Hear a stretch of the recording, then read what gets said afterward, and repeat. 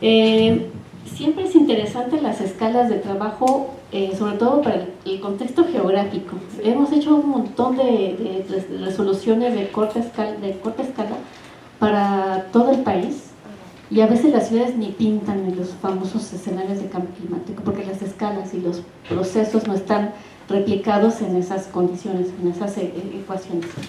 Entonces siempre es importante qué es lo más resaltante o lo más interesante respecto a la problemática de cada ciudad.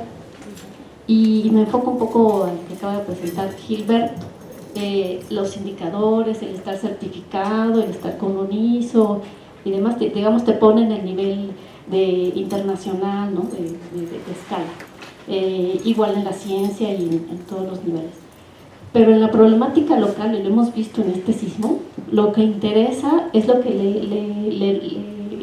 digamos, le late a la gente, a lo que responde rápidamente. Entonces esta ciencia de integración ciudadana es importantísimo y va a ser importantísimo para las siguientes generaciones, la generación de ustedes y las que siguen. A los científicos ya ni los pelan, ¿no? Entonces lo que va en las redes sociales es lo que mueve a la toma de decisiones ante los políticos a los que gastan o no gastan el dinero, y yo creo que esa es la parte que no estamos conectando, cómo los jóvenes se conectan a través de los números, de las estadísticas, con quién va a tomar una decisión. Creo que ahí es donde nos está faltando esta liga. No sé si lo hacen los sociólogos, los politólogos, pero eso es lo de ahorita y lo del futuro. La parte del diagnóstico, sí somos bien criticados, ¿no? Los científicos es puros diagnósticos, va para el paper y ya se acabó. Y por eso es bien difícil responder las propuestas particulares. Entonces, quien está al lado del tomador de decisiones, llámese político, abogado, licenciado, el representante de colonia, etcétera, es bien difícil. Primero la concientización hasta que no lo percibe, y la otra, el llevarlo a tomar esa decisión en virtud de los presupuestos que tiene y de los indicadores que a lo mejor le están demandando a escala internacional, por ejemplo las ISO. Ese es el enlace que creo que no estamos haciendo todavía con nuestros estudiantes. No estamos entendiendo cómo se comunican y cómo llegar a este siguiente establecimiento. El caso interesante el trabajo de Hermosillo, y a lo mejor en la escala regional a lo mejor no son los 2 grados, a lo mejor eso ni se ve a escala de toda la región. Entonces, lo que le interese a la población, lo que le interesa en cuestión de movilidad, que toma sus decisiones el día a día, creo que es lo que está importando ahorita en las ciencias sociales. No sé, esa es parece que es mi percepción. ¿Yo? ¿Sí se oye, verdad? Primero era como que, ¿qué conjunto de propuestas podríamos dar? ¿Como solución? Sí. En primera instancia considero que solamente una visión desde la mitigación del cambio climático no es suficiente. Hay que involucrar también la vulnerabilidad de la población. Entonces, mi primera propuesta es hacer un diagnóstico, pero de riesgo, donde involucremos, sí, el cambio climático y también la vulnerabilidad al cambio climático. De allí saldrían ya bastantes. No estoy divorciada de las soluciones que hasta ahorita se han dado, como por ejemplo azoteas verdes,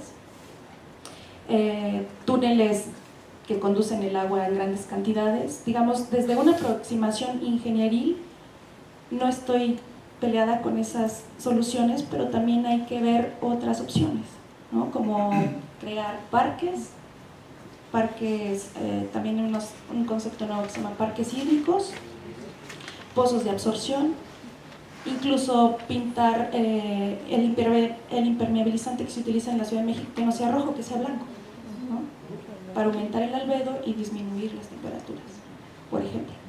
En otro aspecto, con la doctora de Sonora, sí, Hermosillo, supongo es chiquito, es más plano. Aquí tenemos un problema, no un problema, es una realidad. Tenemos un relieve escarpado. Las condiciones orográficas nos dan ciertas características climáticas en el sur y poniente de la ciudad, nosotros queríamos trabajar también, queríamos tener un resultado como el que tuvieron ustedes. Si con 10% de árboles disminuyes tantos grados de temperatura. Pero primero tuvimos que hacer zonas climáticas locales. En el norte es un tipo de paisaje, incluso urbano, ¿no? En el norte tenemos las empresas, tenemos casas multifamiliares, y en el sur tenemos CEU, tenemos el bosque de Tlalpan. Hay diferencias, pero a lo que queremos llegar es a datos así como los que tú dices, para entonces comunicárselos a los tomadores de decisiones y que vean que es pues que sirve de algo, ¿no? El trabajo. Les pido que sean más breves porque vamos a terminar en 10 minutos para dar tiempo a cerrar el panel, por favor. Bueno, muy brevemente. La parte de qué proyectos se pueden hacer, bueno, teniendo los indicadores y comparándolo con otras ciudades, puedes ver cómo lo hicieron otras ciudades y ahí se hacen propuestas de proyectos para toma de decisiones.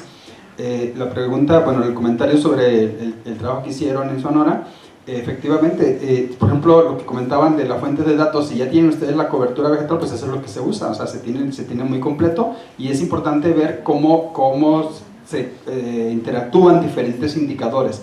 Y mencionan la misma norma, la ISO 37120, no te puedes basar en un solo indicador, tienes que analizar diferentes indicadores de manera holística. La pregunta sobre de qué manera se difunde la certificación en los gobiernos estatales, nosotros desde el laboratorio lo que queremos es ir dando pasos a lo mejor un poco más lentos pero más firmes. Entonces por eso ahorita nuestro objetivo es capacitarnos en esto y luego ofrecer el servicio a otras ciudades. Y precisamente como los gobiernos locales se quejan muchas veces que no tienen presupuesto, ir a los gobiernos estatales y gobiernos federales. Tenemos planeada una reunión con la Secretaría de Desarrollo Urbano y Ecología del Gobierno del Estado para hacer esa propuesta a finales de octubre, para el próximo año certificar unas 4 o 5 ciudades en el estado de Chihuahua y poder hacer ya un comparativo de indicadores en diferentes ciudades y posteriormente ir a otros estados también. Yo dos cosas. La cuestión de tratar de establecer estrategias o líneas de acción prioritarias parte del supuesto de que existe un gobierno homogéneo, ¿no? O sea, que todos caminan en el mismo sentido. El problema es que en Ciudad de México no necesariamente se cumple esa regla, ¿no? Entonces, el problema es decirle a CEDUBI, a Secretaría de Economía, a Secretaría de Medio Ambiente, la misma postura. ¿Por qué? Porque la van a tomar de diferente manera, con estrategias muy específicas, de acuerdo a la reglamentación específica que tiene cada una de ellas, ¿no? Este es un primer asunto que habría que tomar en cuenta. La segunda cuestión es algo que poco se ha estudiado en términos ambientales, que es el valor de suelo, ¿no? O sea, crear parques urbanos no es barato. No por la infraestructura del parque, sino por lo que cuesta el suelo urbano, ¿no? Entonces hay una restricción gigantesca, ¿no? Tanto Javier como un servidor hemos hecho mucho trabajo en periferia urbana, pero el problema con periferia urbana es que es difícil establecer estrategias de mediano y largo plazo que impacten en términos de servicios ecosistémicos a la ciudad, ¿no? O sea, es otro tipo de posturas, ¿no? Y en tercer lugar, en términos de movilidad vamos a tener un problema muy serio. ¿Por qué? Porque no sabemos exactamente cómo se mueve la población, ¿no? Les decía, hoy en día tenemos los pre-resultados de la encuesta origen-destino, pero tiene 10 años de la siguiente, y tendremos que esperar tal vez 6, 7 años por la próxima, ¿no? ¿Qué es lo que sucede? ¿Cómo puedes tomar decisiones si no tienes los datos? O asumes que cambian o que no cambian, ¿no? Todo ese tipo de bemoles hay que tomarlos en cuenta. Yo no estoy diciendo que no se puedan proponer alternativas, yo lo que estoy diciendo es que hay que ser mucho más precisos en qué tipo de aspectos se pueden hacer cambios, ¿no? La localización, por ejemplo, la localización de empresas o localización de actividades económicas, sin lugar a dudas genera mucha atracción de viajes, ¿no? Pero entonces la política debe ser desconcentración en un paradigma de ciudad compacta o no, ¿no? Ahí es una toma de decisiones bastante compleja, no es únicamente de tener el dato, sino sobre todo para qué lo querrías tomar, ese dato. Y la última es que tenemos demasiados datos, pero ningunos que son homogéneos, ¿no? O sea, tenemos un problema de escalas pero un problema de diversificación de datos, ¿no? O sea, unos datos que te dicen, ok, pues el parque de el Guayamilpas en Santo Domingo tiene una función importante para lo local, pero qué tanto pinta para la planificación urbana a nivel de Ciudad de México, quién sabe. Sí, gracias. Bueno, ya nos vamos a ir acercando al cierre. Antes de darle la palabra a Gerardo, si me permiten hacer no una recapitulación, pero sí destacar 4 temas que ya han salido como temas importantes. El primero es la cuestión de la importancia del ISO. Para nosotros aquí en el contexto mexicano es un instrumento muy importante porque probablemente sería muy útil para poderle exigir al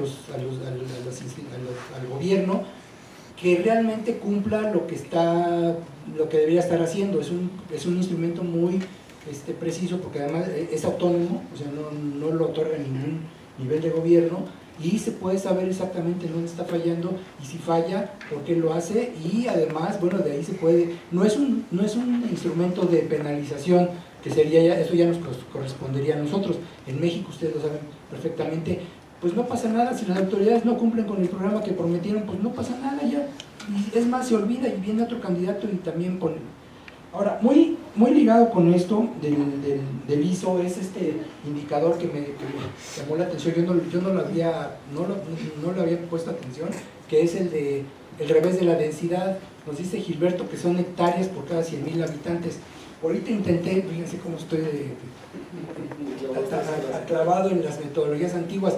El tema de densidad por habitantes por hectárea es un indicador muy preciso porque no hay una regla, lo hemos repetido mucho en el taller con Gerardo, ya quién sabe cuántas veces lo has oído, pero la densidad, no hay una densidad que pueda ser, digamos, obligatoria, pero se sabe históricamente que 150 habitantes por hectárea es una densidad relativamente buena, óptima, para tener una ciudad no llena de edificios como están llenando ahora en la Ciudad de México, una ciudad con relativa compacidad y con relativos espacios verdes.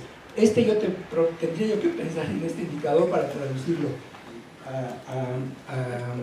a algo que yo pueda entender o trasladarlo a una norma de planificación. Pero la otra cuestión muy cercana a esto es que toda esta discusión nos está llevando a pensar en ciudades. Y aquí en dos sentidos, desde un enfoque económico y luego por el otro lado desde un enfoque de calidad de vida o más bien de sustentabilidad social, si me lo permiten. Y este debate es un debate ya histórico, miren, lo voy a sintetizar, perdonen la simplificación, un texto que ya es clásico de Jane Jacobs, que es Muerte y Vida de las Grandes Ciudades, que es un enfoque sociológico centrado principalmente en la calidad de vida, en donde cuestiona estas grandes concentraciones relativamente rentables desde el punto de vista económico, pero totalmente mortales desde el punto de vista de la sociedad. Y lo que es, esta parte de que por qué las ciudades son importantes, pues es un predominio económico que siempre nos ha aplastado, y en este momento la cuestión del capital inmobiliario todavía más. Nos están llevando desde los últimos 10 años con toda seguridad a un concepto de ciudad competitiva, de ciudad rentable.